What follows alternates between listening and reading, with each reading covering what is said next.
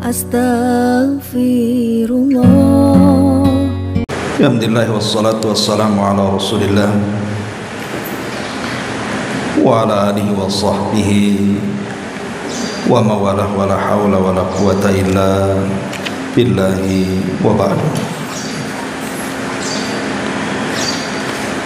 Kita lanjutkan kajian kita, masih membahas kitab Umdatul Ahkam, dan kita masih masuk pada bab kelima pada hadis yang ke-34.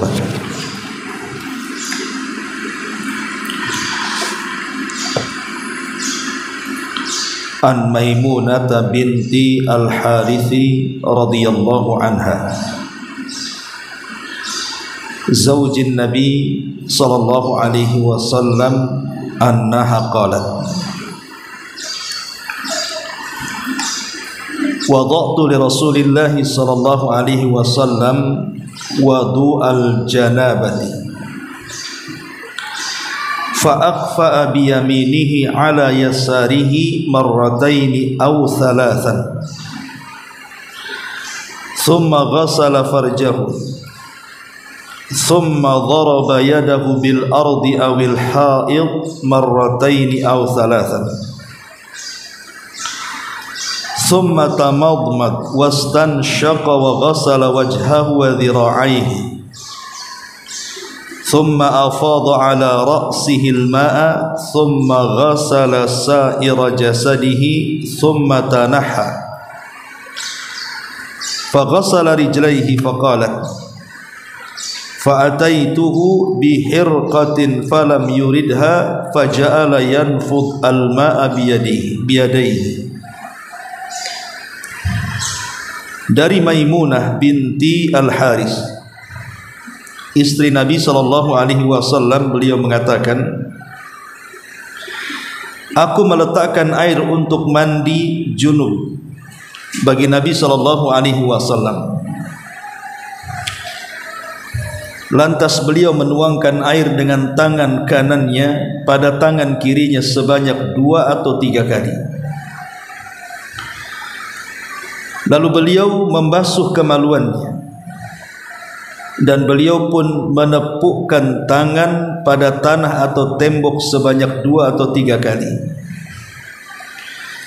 Lantas beliau berkumur-kumur, kemudian memasukkan air ke dalam hidung, membasuh wajah dan kedua lengannya. Beliau kemudian mengguyurkan air di atas kepalanya, lantas membasuh anggota tubuh yang lainnya. Lalu beliau menjauh dan mencuci kedua kakinya. Maimunah pun berkata, lantas aku mendatangi beliau dengan membawa kain, akan tetapi beliau tidak menghendakinya. Beliau kemudian mulai mengusap air dengan kedua tangannya.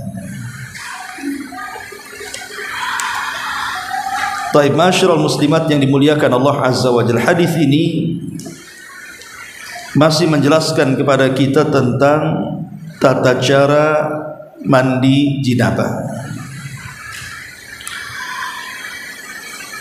Ada beberapa faedah yang mungkin bisa kita ambil dari hadis ini. Pertama,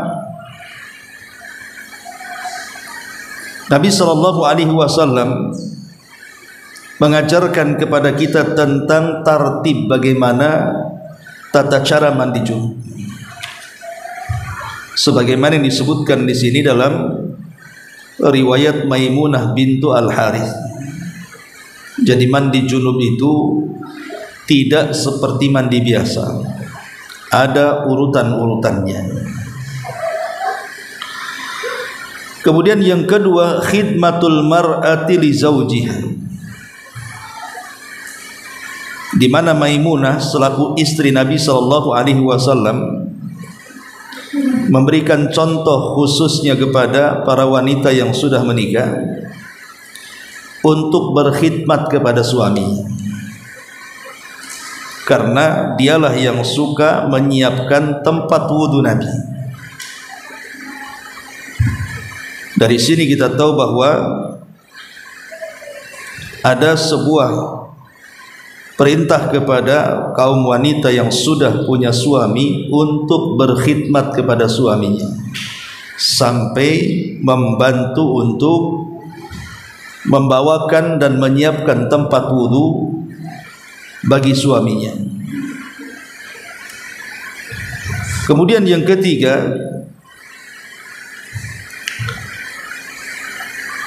hadis ini juga dalam mandi jinabah ada perintah untuk mencuci kemaluan sebelum mandi. Karena di sini thumma ghasala farjahu, kemudian thumma dharaba yadahu bil ardi awil haid, kemudian Rasul setelah itu memukulkan kedua tangannya ke bumi ataupun ke tembok 2 atau 3 kali. Jadi setelah mencuci kemaluan, kemudian menggosokkan tangannya di dinding atau tanah.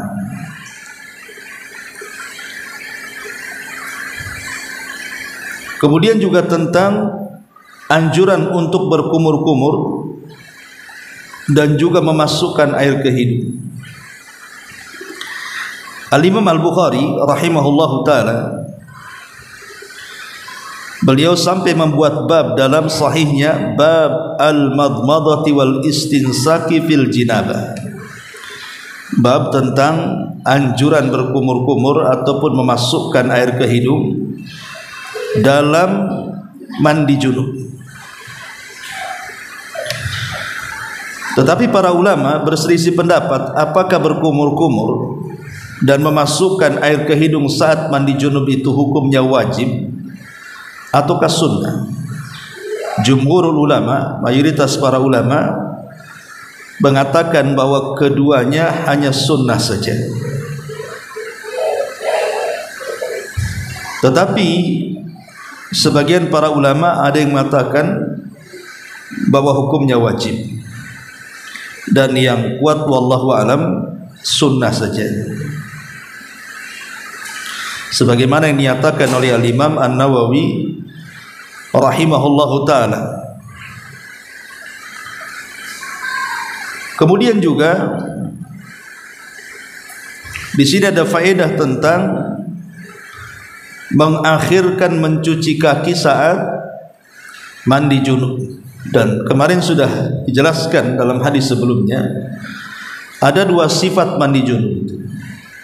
Saat berwudu boleh melakukan wudu secara sempurna, artinya sempurna sampai mencuci kaki baru kemudian mandi, atau kemudian dalam hadis Maimunah ini mengakhirkan mencuci kaki, jadi berwudu tidak sempurna, mencuci kakinya nanti terakhir setelah mandi junub, berpindah tempat kemudian mencuci kaki. Ini dalam hadis Maimunah yang kita jelaskan di sini.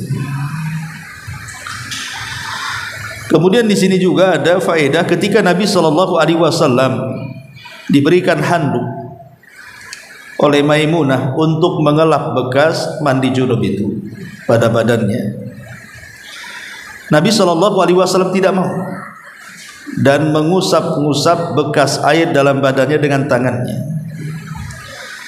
sehingga kemudian menjadi polemik para ulama tentang hukum menggunakan handuk setelah berwudu ataupun setelah mandi. Ada yang mengatakan seperti yang disebutkan oleh Al-Imam Abdurrahman ibn Al-Mahdi dan sekelompok kalangan para ulama. Mereka mengatakan bahwa menggunakan handuk untuk mengelap wudu ataupun mandi junub itu hukumnya makruh berdasarkan hadis ini, karena Rasulullah SAW menolak ketika diberikan handuk masalahnya. Maka dijadikan hukum oleh sebagian para ulama, diantaranya pendapat Al-Imam Abdurrahman Al-Mahdi, mengatakan bahwa hukumnya makruh. Tetapi Al-Imam Ibnu Qudamah Beliau mengatakan bahwa al-aslu al-ibahatu, bahwa asal mengeringkan bekas wudu ataupun bekas mandi dengan handuk itu asalnya mubah.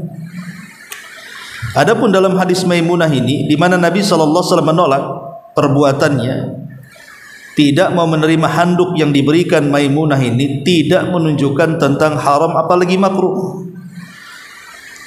Karena Nabi SAW terkadang meninggalkan perkara mubah itu banyak sekali. Jadi tidak mesti kemudian ketika Rasul tidak mau menerima handuk tawaran Maimunah itu langsung dihukumi makruh.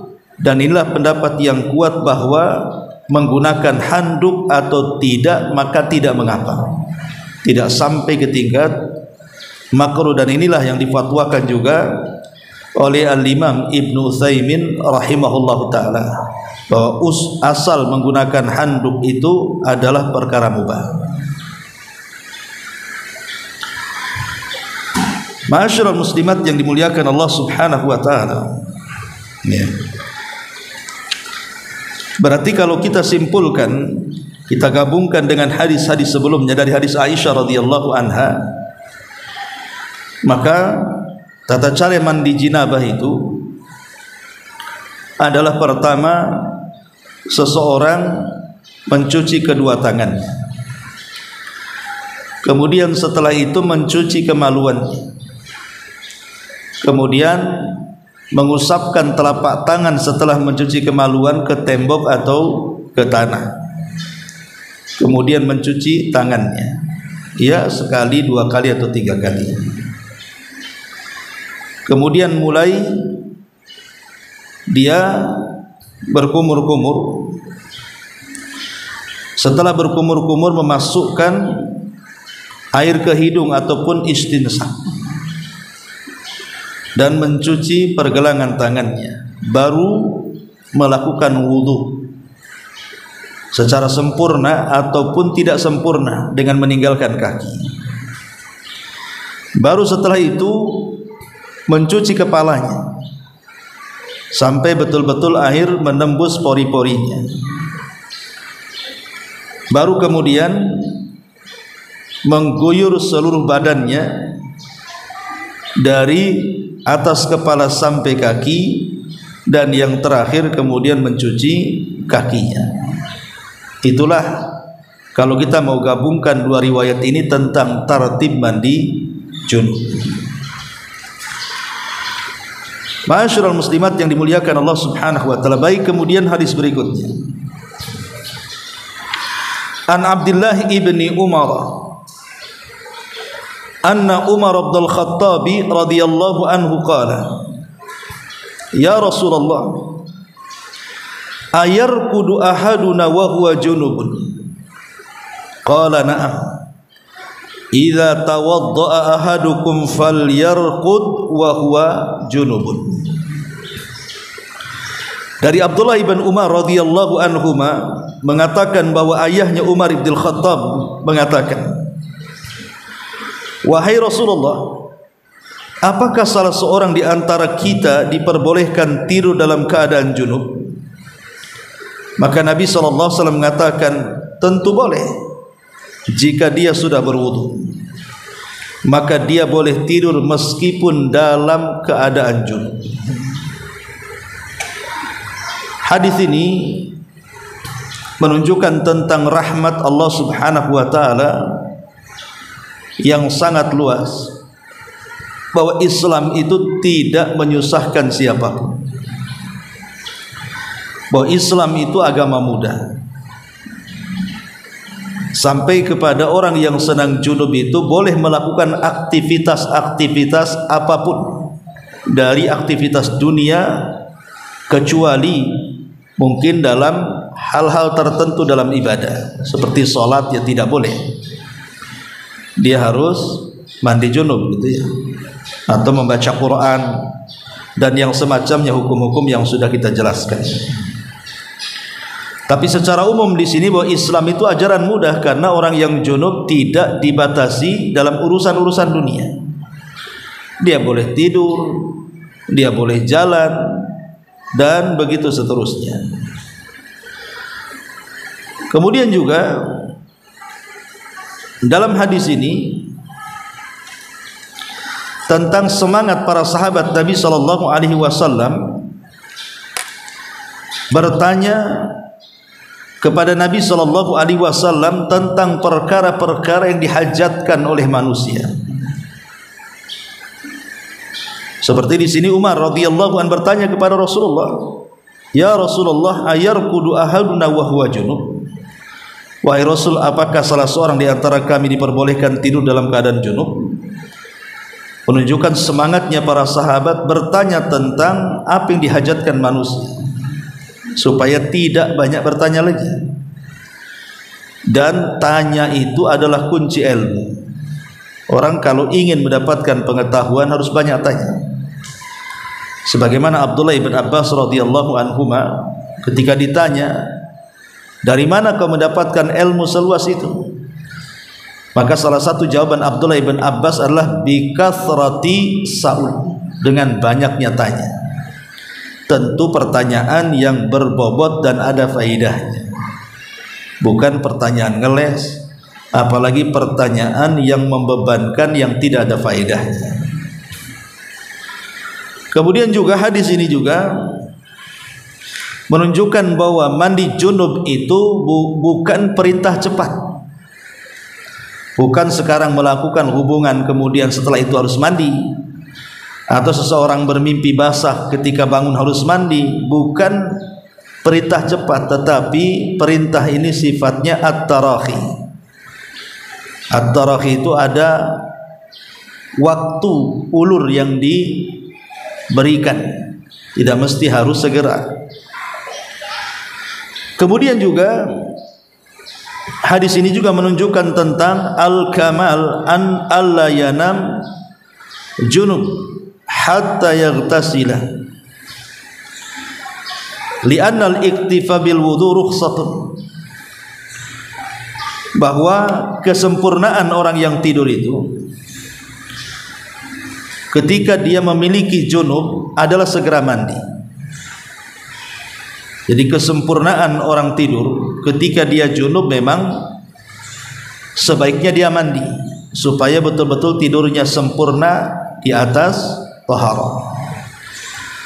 Adapun dalam hadis ini ketika Nabi SAW mengatakan na'am idza tawadda'a ahadukum falyarqud wa huwa junubun, boleh seseorang tidur jika dia sudah berwudu, maka dia boleh tidur meskipun dalam kondisi junub.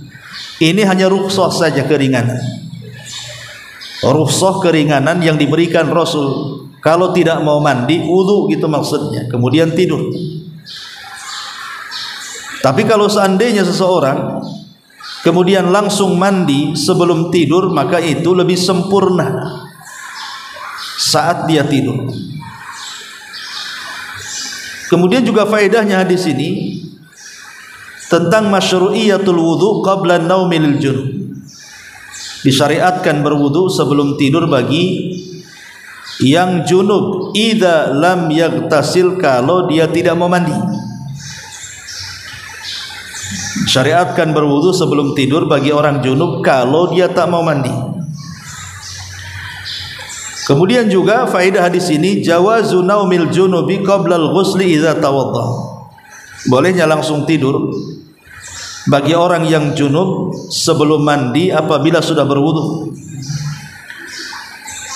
Kemudian yang terakhir karahiyatu naumil junub bila ghuslin wala wudu'in. Dan ulama memakruhkan kalau orang tidur dia dalam posisi junub sementara dia tidak mandi atau tidak wudu. Jadi kalau ingin menghilangkan hukum makruh dalam tidur, minimalnya kalau kita junub dan malas mandi karena ngantuk atau dingin, maka bolehlah dia berwudu. Karena kalau sudah tidak mandi, tidak berwudu, maka ulama mengatakan hukumnya makruh. Hukumnya makruh.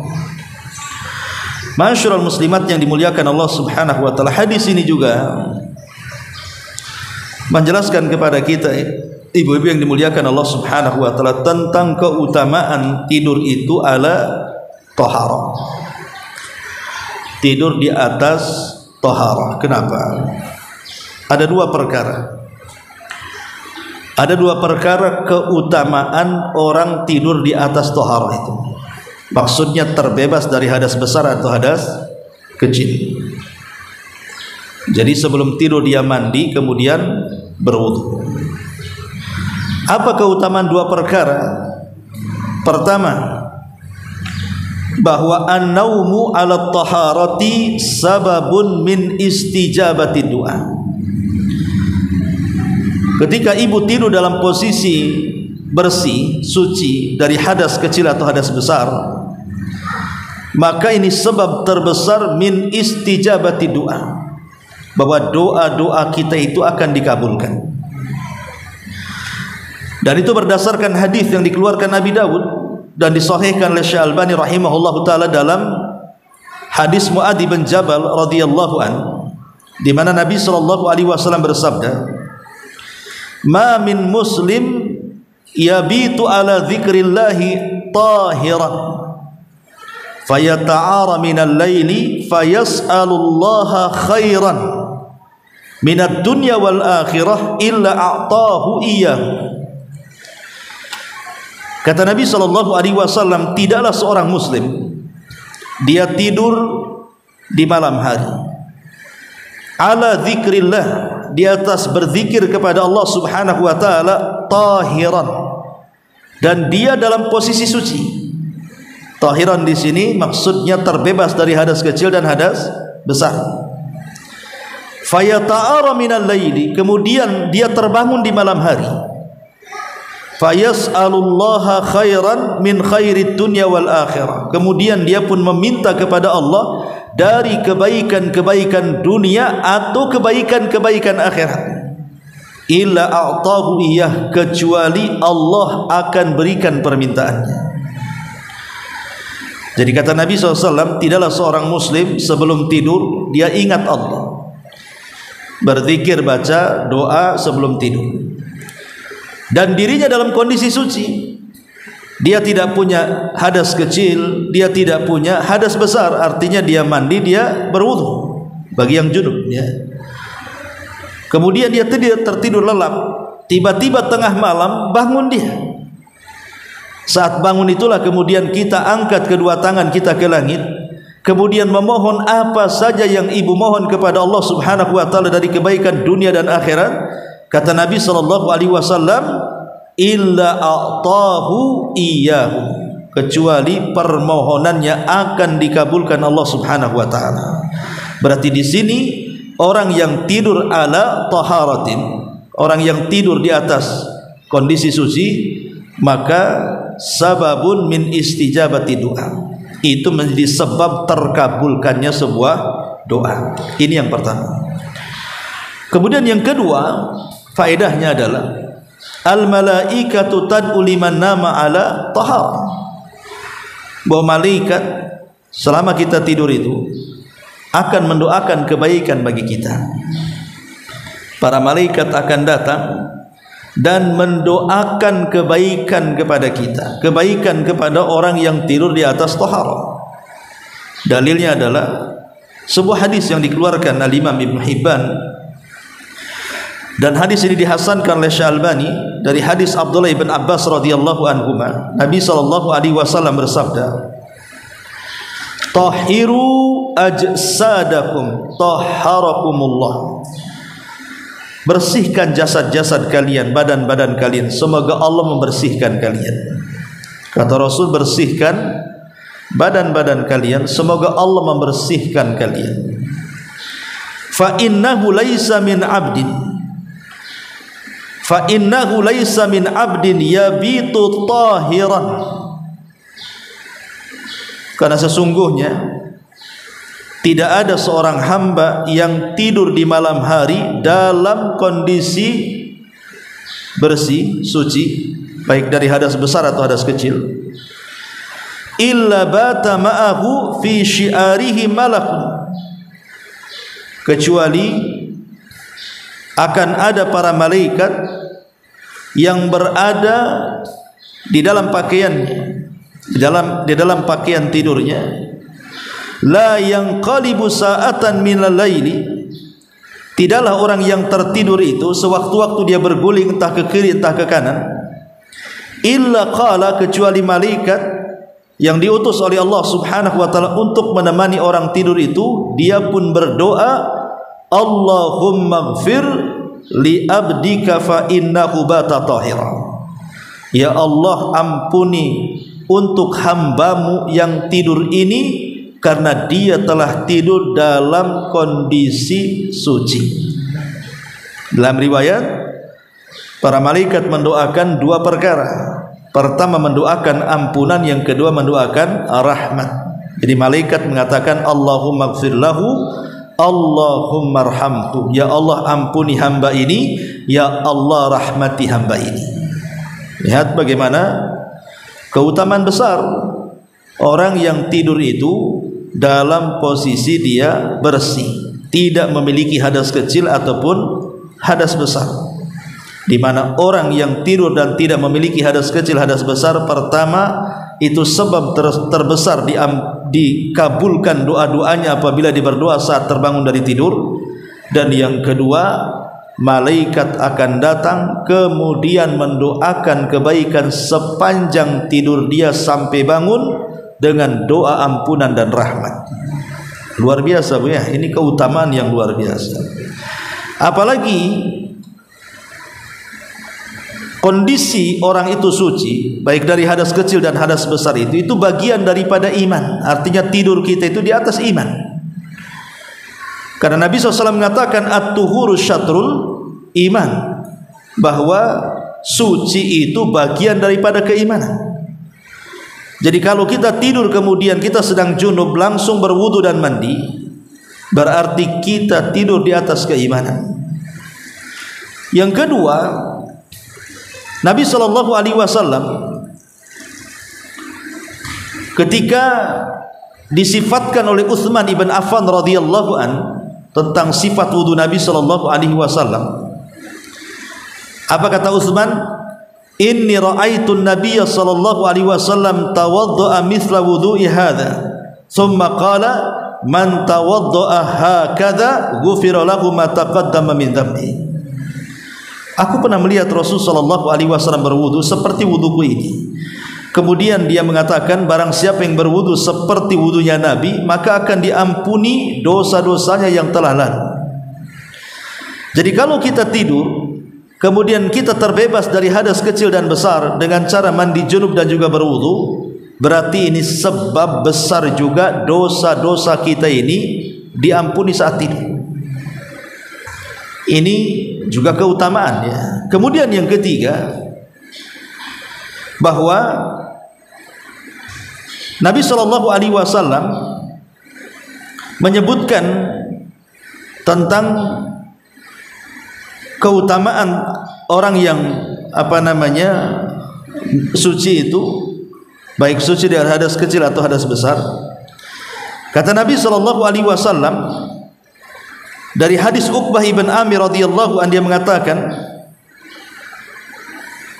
yang cukup panjang hadisnya.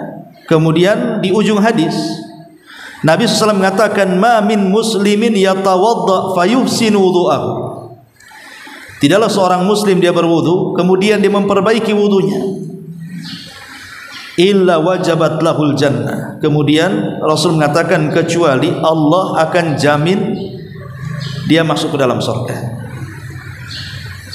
Menunjukkan bahwa wudu ini juga sebab di antara sebab-sebab masuk surga. Jadi kalau kita kemudian berwudu, kemudian mandi, kemudian tidur, Allah takdirkan yang namanya tidur itu kan akhul maut, Ibu ya. Tidur itu akhul maut, artinya saudara dari kematian. Banyak orang yang tidur kemudian bangun, banyak juga yang tidur dan tidak bangun lagi. Karena Allah Subhanahu wa taala mengatakan dalam surah Az-Zumar ayat 42 itu, Allahu yatawaffal anfus hina mautiha wallati lam tamut fi manamiha fayumsikul lati qadha 'alaiha al-maut wa yursilul ukhra ila ajalin musamma. Allah lah yang mewafatkan setiap jiwa saat kematiannya, dan yang belum ditakdirkan kematiannya saat tidurnya. Jadi saat tidur itu ruh kita keluar. Kalau Allah Subhanahu wa taala takdirkan dia mati, maka ruh akan ditahan, tidak boleh lagi masuk dalam jasadnya. Tapi kalau Allah takdirkan dia masih hidup, wa yursilul ukhra ila ajali musamma, maka Allah akan lepas ruh itu biar masuk lagi ke dalam jasadnya. Makanya dari sini kita tahu bahwa tidur itu saudara kematian. Ketika penduduk sorga juga ditanya kepada Nabi SAW, apakah penduduk sorga itu tidur? Apakah di sorga itu ada tidur? Seperti kita di dunia ini ada tidur, ada bangun gitu. Rasul mengatakan tidak, di sorga itu tidak ada tidur. Jadi ibu akan melek saja. Ya. Kemudian ditanya kenapa di sorga tidak ada tidur? Maka Rasul mengatakan karena an-naumu akhuhul maut, karena tidur itu saudara kematian, dan di sorga tidak ada kematian. Di sorga itu hanya ada kehidupan dan kesenangan. Lah karena dalam posisi tidur itu ruh kita keluar, bisa saja ditahan, bisa saja dibebaskan. Bisa saja masuk kembali ke badan, bisa saja tidak masuk lagi ke badan. Maka sebisa mungkin kalau bisa tidur kita itu dibuat seindah mungkin, supaya kalau Allah takdirkan meninggal dunia, ya kita ini husnul khotimah, bukan su'ul khotimah. Lah salah satunya adalah menjaga toharo sebelum tidur. Makanya sering saya katakan, para ulama salaf mengatakan bahwa kalau orang meninggal dunia, saat tidur dia meninggal dunia, untuk menilai apakah orang ini su'ul khotimah atau husnul khotimah itu sebenarnya mudah. Jadi orang yang tertidur kemudian tidak bangun lagi, untuk menilai apakah kematiannya itu kematian yang buruk ataukah kematiannya itu kematian yang baik. Umpamanya saat ibu menemani orang sakit, sakit ini mungkin tertidur gitu kan, lah dilihat dia saat kematiannya itu, dilihat kepada sebelum tidurnya, sebelum komanya, apa yang dilakukan dia. Kalau memang sebelum komanya, sebelum tidurnya itu dia habiskan untuk berzikir kepada Allah, dia bacalah itu baca-bacaan tidur. Kemudian dia berusaha untuk tidurnya di atas tohara. Kemudian Allah takdirkan dia meninggal dunia, maka insya Allah itu husnul khatimah. Tapi kalau sebelum komanya, sebelum tidurnya dia bermaksiat kepada Allah Azza wa Jalla, tidak ada zikir yang dibaca, dia pun tidak peduli di atas tohara ataupun tidak, akan begitu, maka dipastikan dan dikhawatirkan dia meninggal su'ul khatimah. Begitu kata para ulama untuk membedakan kematian orang itu su'ul khatimah ataukah husnul khatimah. Ma'asyiral muslimat yang dimuliakan Allah Subhanahu wa taala. Kemudian hadis berikutnya, an Ummi Salamah radhiyallahu anha zaujin Nabi sallallahu alaihi wasallam qalat, ja'at Ummu Sulaim imra'atu Abi Talhah ila Rasulillah sallallahu alaihi wasallam faqalat, ya Rasulullah, inna Allah la yastahi minal haq, fahal 'alal mar'ati min ghuslin idza hiya ihtalamat? Faqala Rasulullah sallallahu alaihi wasallam, na'am idza hiya ra'atil ma. Dari Ummu Salamah, istri Nabi sallallahu alaihi wasallam. Ummu Salamah ini adalah wanita yang paling berakal dari seluruh istri-istri Nabi. Ummu Salamah ini memang wanita yang paling berakal. Dialah yang banyak menyelesaikan konflik di antara pertikaian istri-istri Nabi sallallahu alaihi wasallam. Jadi punya kecerdasan dan mengkontrol emosi, dan selalu bisa menyelesaikan masalah. Jadi kalau antar istri-istri Nabi itu ada masalah, baik sesama mereka ataukah dengan Nabi sallallahu alaihi wasallam, maka Ummu Salamah ini sebagai perantaranya, juru bicaranya, pendamainya, dan begitu seterusnya. Karena satu-satunya istri Rasul yang tidak punya kecemburuan ini Ummu Salamah. Padahal istri Rasul banyak kan, dan tabiat seorang wanita pasti cemburu kalau di mana. Tapi Ummu Salamah ini dia tidak punya sifat itu. Kenapa demikian? Tentu karena ada asbab musababnya. Kenapa Ummu Salamah sampai seperti itu? Jadi saat Nabi SAW datang ke rumah Ummu Salamah di saat wafat suaminya Abu Salamah, kata Ummu Salamah, walaupun ada sahabat yang melamarku, mungkin dia secara fisiknya lebih bagus, secara hartanya lebih kaya, secara nasabnya lebih mulia, maka aku tidak akan menikah dengan dia karena tidak ada laki-laki yang lebih aku cintai melebihi Abu Salamah. Artinya saat Ummu Salamah ini ditinggal suaminya dan selesai masa idahnya, banyak para sahabat yang melamar dia. Tentu sahabat melamar sahabiah itu bukan dinilai dari segi dunia, tidak, bukan dari kecantikannya, bukan dari bentuk tubuh dan begitu, enggak. Sahabat itu melihat tentang kegigihan Ummu Salamah karena dia termasuk wanita yang as-sabiqun al-awwal, orang-orang yang mula-mula masuk Islam, dan dia bisa bertahan dalam Islam itu dengan cara hijrah 2 kali ke Habasyah dan hijrah ke Madinah, dan dia banyak sekali ujian saat dia memeluk Islam dan dia bisa menghadapinya, sehingga itu yang membuat para sahabat ingin menikahi janda Ummu Salamah ini, karena dilihat dari agamanya luar biasa, kekuatan iman yang luar biasa. Jadi berbondong-bondong para sahabat, terutama sahabat senior yang ingin menikahi Ummu Salamah, tapi ditolak semuanya. Padahal Ummu Salamah itu banyak anak-anak kecilnya, banyak anak yatimnya, peninggalan dari Abu Salamah kan banyak orang kaya melamar dia tapi tak mau. Sampai akhirnya kemudian Nabi SAW datang dan melamarnya. Ya kalau sudah Nabi yang melamarnya, tidak mungkin dia mengatakan Abu Salamah lebih baik daripada Nabi kan. Walaupun dia cinta dengan Abu Salamah, tapi yang datang Nabi, ya tidak mungkin dia mengatakan seperti itu. Tapi dia ingin menolak secara halus dengan mengatakan, ya Rasulullah, menikahlah dengan wanita lain, karena aku ini satu wanita pencemburu, yang kedua anak-anakku banyak, yang ketiga aku sudah tua, cari wanita yang lebih muda.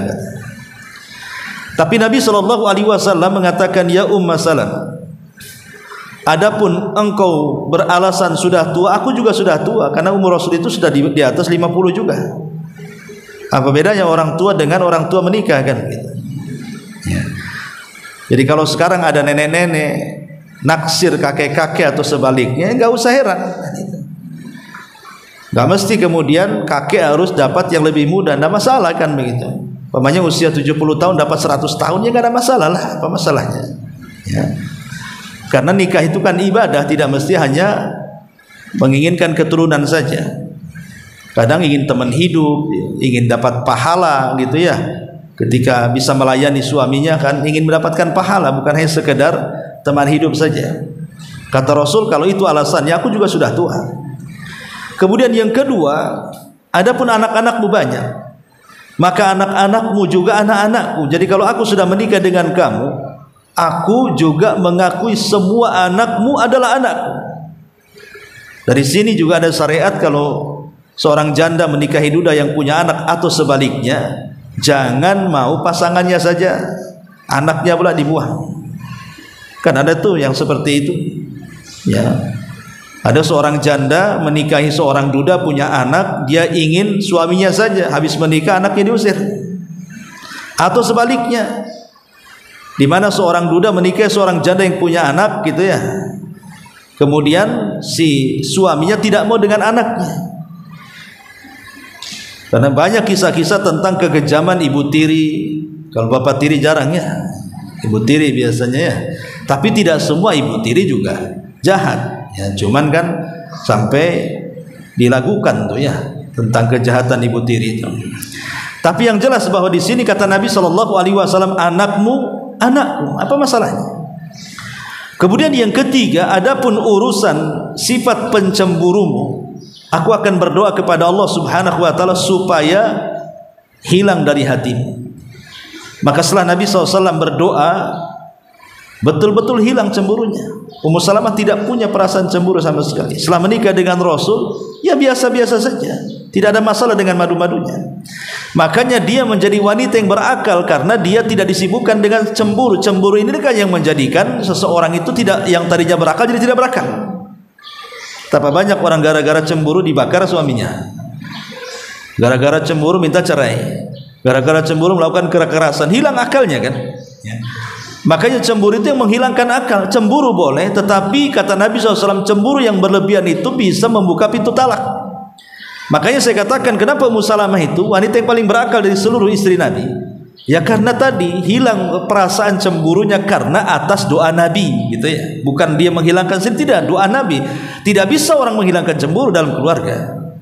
Ya, tapi karena Nabi SAW mendoakan supaya hilang cemburunya, sehingga wanita yang paling berakal. Sampai ketika Nabi SAW umrah, kalau tidak salah umrah Hudaybiyah, pertama kali Rasul umrah, kan tidak boleh masuk ketika itu, dihadang oleh orang-orang Quraisy. Akhirnya Rasul marah. Ditambah-tambah kemudian ada kabar Utsman meninggal, padahal tidak meninggal dan Rasul tahu. Cuma Rasul ingin menguji para sahabat dengan melakukan baiat. Nah, karena tidak jadi masuk, otomatis para sahabat harus sebelum membuka ihram dan menggunakan pakaian biasa itu harus dicukurkan kepalanya, karena tidak jadi umrah, harus dicukur, harus tahallul. Ketika Rasul merintahkan tahallul, tidak ada sahabat yang mau, padahal itu perintah Nabi. Dari situlah Nabi SAW kemudian curhat dengan Ummu Salamah di tendanya. Makanya Ummu Salamah kemudian menyarankan, begini saja wahai Rasul, kalau kau perintah sahabat tidak ada yang mau, kau keluar, ambil tukang cukur, kau cukur kepalamu di hadapan para sahabat, ku jamin mereka ikut semua. Akhirnya Rasul keluar tenda, memerintahkan tukang cukur mencukur rambutnya. Akhirnya semua sahabat mencukur rambutnya. Itulah kecerdasan Ummu Salamah memberikan ide kepada Nabi SAW, dan banyak lagi ya tentang kecerdasan Ummu Salamah radhiyallahu anha. Nah, di sini Ummu Salamah radhiyallahu anha mengatakan bahwa Ummu Sulaim ini siapa? Istri daripada Abu Talha, wanita yang paling sabar. Jadi kalau ibu ingin sabar, contohlah Ummu Sulaim. Itu wanita yang paling sabar. Saat Abu Talha pergi safar, Abu Talha itu kan punya anak. Jadi ketika menikah Ummu Sulaim dengan Abu Talha itu sama-sama ada anak. Lah, Abu Talha ini punya anak, namanya Abu Umar, anak kecil. Abu Umar itu yang dijelaskan dalam sebuah riwayat, dia punya burung, kemudian meninggal burungnya, dia menangis. Kemudian dilaporkan kepada Rasul, maka Rasul menghibur anaknya Abu Talha ini dan mengatakan, ya Aba Umar ma fa'alan nughair, wahai Aba Umar, apa yang dilakukan burung musim nughair itu, katanya. Kata anaknya, meninggal wahai Rasul, sambil menangis. Dan namanya anak-anak kan, anak-anak itu lebih sedih kehilangan mainannya dibandingkan kehilangan ibunya. Kalau kehilangan ibunya nangis sebentar, tapi kalau anak kehilangan mainannya itu guling-guling minta diganti. Makanya jangan ngilangin mainan anak. Dia lebih sedih, dia terpukul hatinya. Lah, saat kematian putranya ini, kan Abu Talha tidak tahu. Lah, ketika itu keluarganya menangis semuanya. Maka Ummu Sulaim dengan marahnya kepada keluarga Abu Talha ini dan mengatakan, la tabkun, jangan menangis. Siapapun yang menangis di rumah Abu Talha, keluar, jangan tinggal di rumah sini. Padahal jelas-jelas itu sedang berkabung, anaknya meninggal, tapi ini berusaha untuk tegar. Akhirnya karena ketakutan, semua keluarganya tak jadi menangis. Kemudian Ummu Sulaim mengatakan, jangan beritahu kepada suamiku tentang kematian putranya, sampai aku yang memberitahunya. Akhirnya ketika Abu Talha datang, maka Ummu Sulaim berusaha seolah-olah tidak terjadi apapun. Tidak terjadi apapun. Ya, dia seolah-olah biasa, tidak ada masalah menjamu suaminya yang baru pulang safar. Dia berusaha bertampil dengan tampilan seindah mungkin. Kemudian dia melayani di ranjang sebaik mungkin. Dia memasakkan masakan yang paling enak seenak mungkin. Pokoknya seolah-olah tidak ada masalah. Jadi setelah kemudian Abu Talha datang, kemudian makan enak, ya, kemudian diajak berhubungan suami istri, kemudian diajak tidur di malam harinya, sementara anak yang meninggal itu sudah dimandikan, dikafankan, kemudian diselimuti seolah-olah dia sedang tidur. Jadi Abu Talha tidak tahu anaknya meninggal. Karena disangkanya sedang tidur. Kalau dia hendak melihat anaknya, dilarang sama Ummu Sulaim ini, jangan ganggu tidur dia katanya. Akhirnya keduanya tidur sampai malam, sampai sepertiga malam baru kemudian terbang. Di sini Ummu Sulaim mulai menceritakan kondisi putra yang sudah meninggal dengan cara dia, dan mengatakan, wahai suamiku, bagaimana pendapatmu kalau seandainya Allah memberikan titipan kepada kita? Jadi bagaimana pendapatmu kalau seandainya seseorang memberikan barang titipan kepada kita dan orang itu hendak mengambil kembali titipannya? Apakah kita harus berikan titipan itu, harus kita tahan? Ya kata Abu Talha, ya balikin, itu kan milik orang, itu titipan orang, balikanlah katanya. Disinilah masuk Ummu Sulaim mengatakan, wahai suamiku, sesungguhnya putra kita ini titipan Allah. Gimana kalau seandainya Allah mengambilnya? Kaget dia. Disitulah dia kaget, langsung dia mau marah tak jadi, kan itu ya. Karena melihat kebaikan istrinya, akhirnya dia pun hanya bisa terdiam, kemudian melihat putranya yang sudah meninggal. Paginya dibawa kepada Nabi agar Nabi menyolatkan dan menguburkannya. Maka kemudian keduanya bercerita, terutama Abu Talha bercerita apa yang dilakukan oleh Ummu Sulaim kepada dirinya. Bagaimana dia bisa tabah seperti itu gitu loh, saat kematian putranya. Maka Nabi SAW ketika mendengar bahwa Ummu Sulaim dan Abu Talha di malam wafat putranya masih bisa melakukan hubungan suami istri, apa kata Rasulullah? Semoga Allah memberkahi malam kalian berdua. Dengan sebab doa Rasul inilah akhirnya Ummu Sulaim banyak turunannya. Meninggal satu, akhirnya besoknya brojol lagi anak-anaknya, dan semua menjadi ulama. Ya, lihat bagaimana sejarah Ummu Sulaim yang luar biasa, patut dicontoh. Tapi hari ini kayaknya susah, nggak ada Ummu Sulaim hari ini ya. Yang ada Ummu Lahab. Kalau Ummu Sulaim jarang, istrinya Abu Lahab yang banyak, Ummu Jamil namanya. Gitu. Taib. Jadi Ummu Sulaim mengatakan di sini, istri Abu Talha radhiyallahu an menemui Nabi sallallahu alaihi wasallam dan berkata, wahai Rasulullah, sesungguhnya Allah tidak malu untuk menjelaskan kebenaran. Apakah seorang wanita diwajibkan mandi jika dia mimpi basah? Maka Nabi sallallahu alaihi wasallam bersabda, ya, jika dia melihat air pada pakaiannya, maksudnya melihat sperma pada pakaian. Hadis ini ada faedah yang bagus sekali. Pertama, tentang bolehnya seorang wanita meminta fatwa kepada laki-laki. Ummu Sulaim minta fatwa kepada Nabi. Boleh wanita bertanya kepada yang laki-laki walaupun bukan mahramnya. Meminta fatwa artinya bertanya soal agama. Kemudian yang kedua, bagaimana semangatnya sahabiat, wanita-wanita di zaman Rasul untuk menuntut ilmu. Bagaimana para wanita-wanita di zaman Rasul semangat untuk menuntut ilmu kepada Nabi sallallahu alaihi wasallam, dan harusnya juga demikian. Wanita-wanita di zaman sekarang juga tidak boleh ketinggalan, harus terus menggali ilmu. Kemudian juga hadis ini juga bahwa wanita itu wajib mandi apabila dia mimpi. Tetapi dengan catatan idza ra'atil ma, kalau melihat air sperma ada pada pakaiannya. Makanya kemarin sudah saya jelaskan bahwa mimpi itu terbagi menjadi tiga ya. Mimpi basah itu terbagi menjadi tiga. Satu, ya, orang bermimpi, betul-betul bermimpi. Dalam mimpinya dia berhubungan dengan suaminya. Kemudian mungkin suaminya kemana gitu ya, safar lama, akhirnya sampai kemimpikan dalam mimpinya. Berhubunganlah dengan suaminya dalam mimpinya, karena suaminya sudah 2 tahun tak pulang-pulang, sudah jadi ibu Thayyib ya. Jadi akhirnya termimpikan dalam tidurnya. Kemudian bangun, ternyata ada sperma di pakaiannya, berarti wajib mandi. Ini yang pertama. Yang kedua, dia bermimpi juga berjumpa dengan suaminya dalam tidurnya, kemudian melakukan hubungan suami istri dalam tidurnya. Tapi ketika tidur tak nampak pula air sperma itu. Artinya tidak mengeluarkan sperma. Padahal dalam mimpinya dia melakukan hubungan. Berarti tidak wajib mandi. Kenapa? Karena syarat wajib mandi itu dalam hadis Ummu Salamah, idza ra'atil ma, kalau melihat air di pakaian. Artinya kalau melihat sperma di pakaian lo, ini kering ada air, padahal dalam mimpinya dia berhubungan, berarti tidak wajib mandi.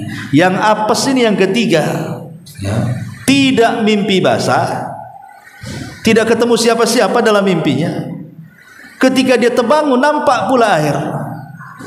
Nah, ini wajib mandi, ya, karena bukan soal mimpi tapi soal air yang keluar, maksudnya sperma yang keluar. Jadi hukumnya 3 tentang mimpi ini, ya.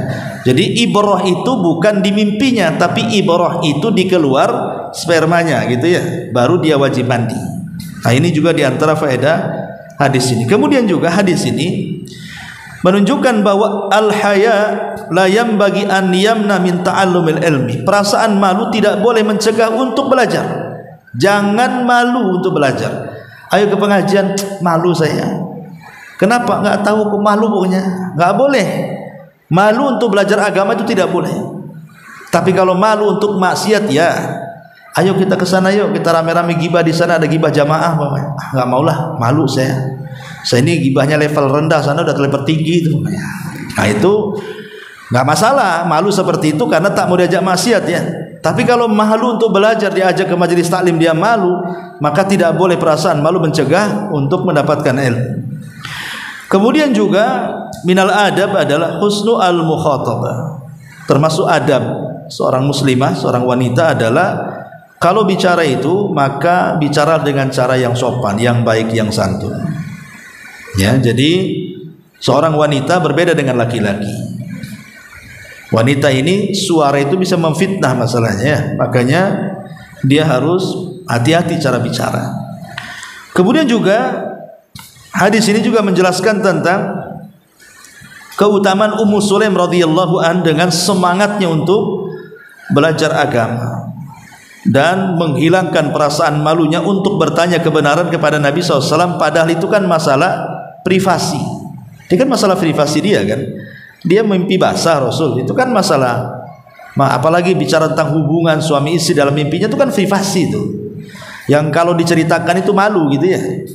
Tetapi karena ini adalah sebuah ilmu yang harus ditanyakan dan harus ada jawaban, makanya Ummu Sulaim menghilangkan perasaan malu untuk memperjelas hukumnya, apakah mandi ataukah tidak mandi. Dan ini kehebatan atau keutamaan Ummu Sulaim ketika belajar. Wallahu alam, ini diantara hadis tentang seputar mandi junub. Tapi sampai di sini. Belum saya tutup, silakan kalau ada bertanya.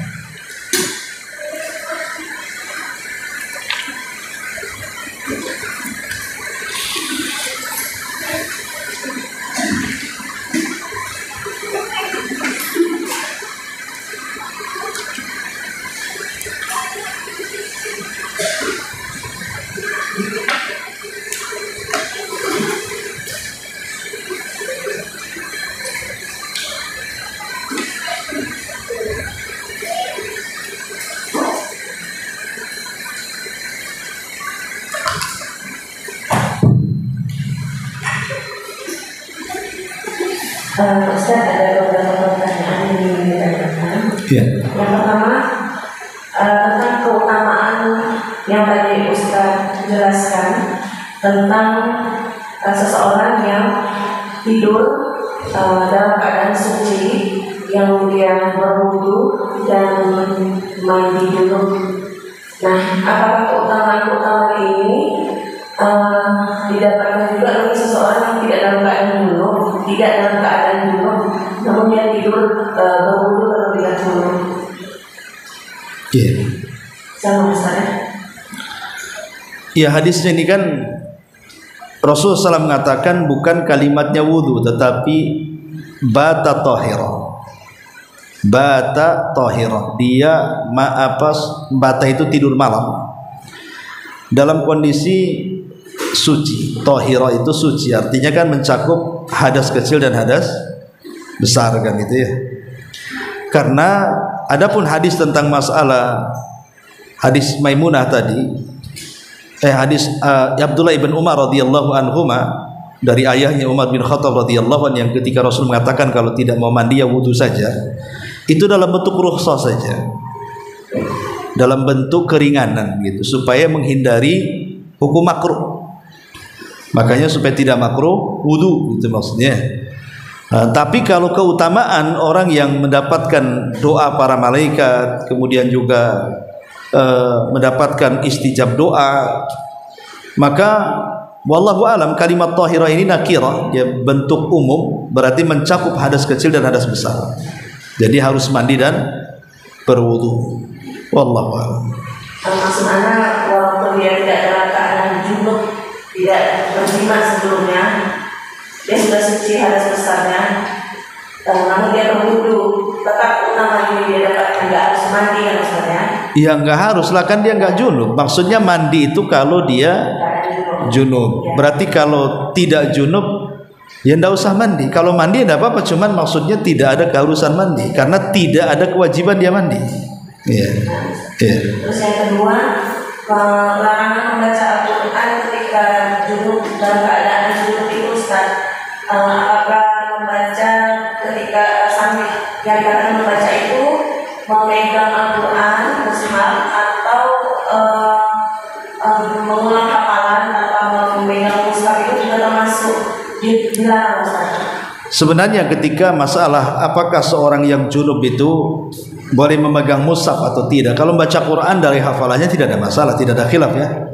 Kalau seorang yang junub menghafal Quran atau mengulang-ulang bacaan Quran dari hafalannya tidak ada khilaf, ulama boleh. Yang jadi khilaf itu ketika memegang mushaf. Tetapi sekarang itu kan ada solusi, nggak usah pegang mushaf, pegang handphone saja. Kalau kita ingin membaca Quran dari handphone saja, karena handphone itu bukan mushaf.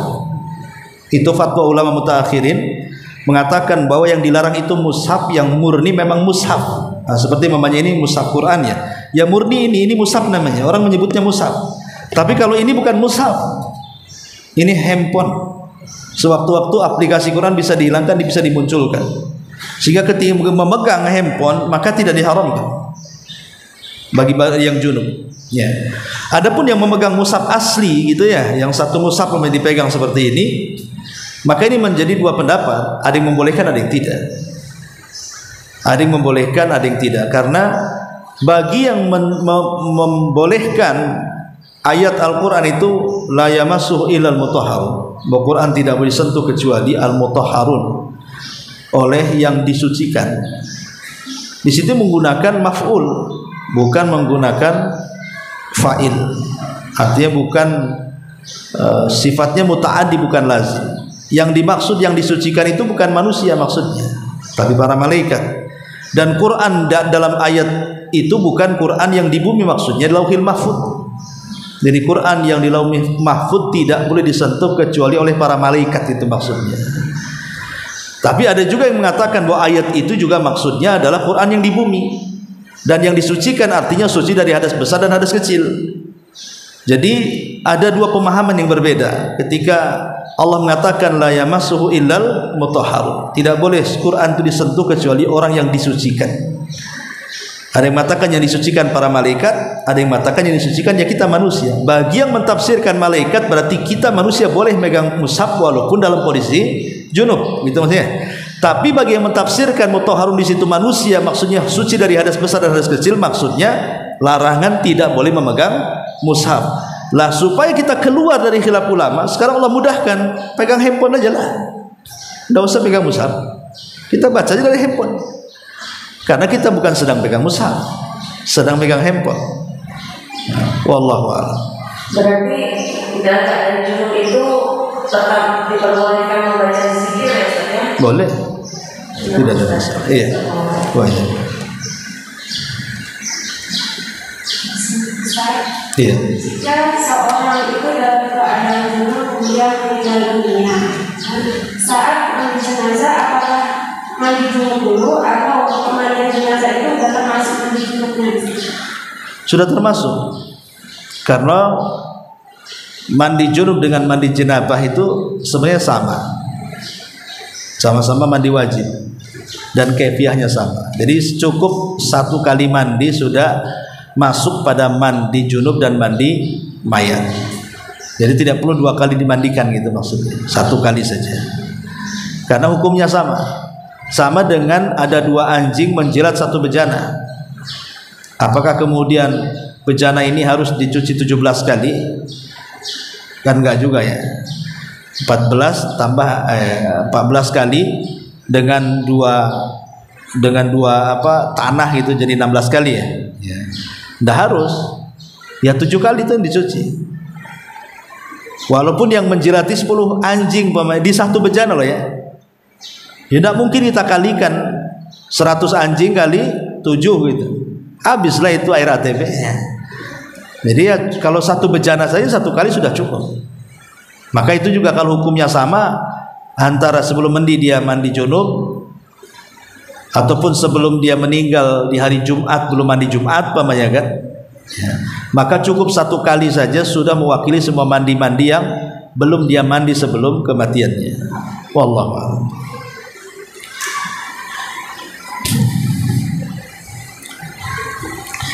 Baik, sampai di sini.